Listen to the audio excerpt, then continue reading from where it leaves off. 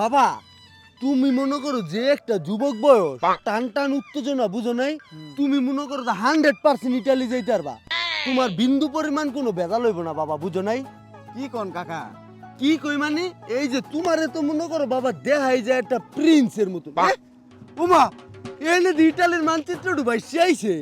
ওই যে তোমার কপালে হলে হ্যাঁ ইটালি তুমি বাবা ইটালি গেছো গা তোমার বাবার লগে মনে করো এককালে চলছিলাম তো খুব কাছের একটা মানুষ আর নাইলে তোমার আমি 10 লাখ টাকা এই দেশে পাঠাইনি ওই যে দেশে যাইতেই লাগে মনে করো না হইলো 20 লাখ তুমি মনে করো খুব কাছের একটা মানুষ আমরা বুঝো আচ্ছা না কাকা,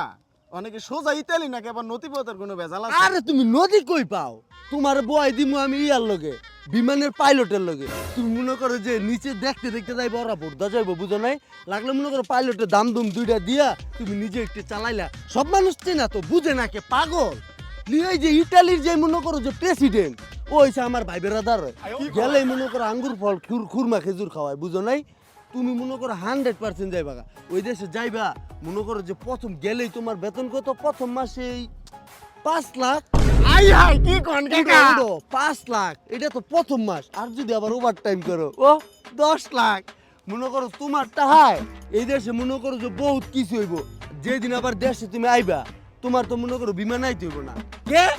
ওই যে হেলিকপ্টার আইবা তোমার তো এবিলিটিটা মনে করো এরম বাইরে যাবো গা হেলিকপ্টার দায়া পড়বা তুমি বুঝো নাই তাইলে মনে করো বাবা এই পর্যন্তই কথা থাকলো বুঝো নাই তুমি এখন তোমার বাসায় যাইয়া তোমার আব্বুরে বুঝাইবা যে আর 5 লাখ টাকা দিলে আগে তো 3 লাখ দিছো আর 5 লাখ দিলে 8 লাখ তাইলে মনে করো আমি ভিসার প্রসেসিংটা করাইতারি ঠিক আছে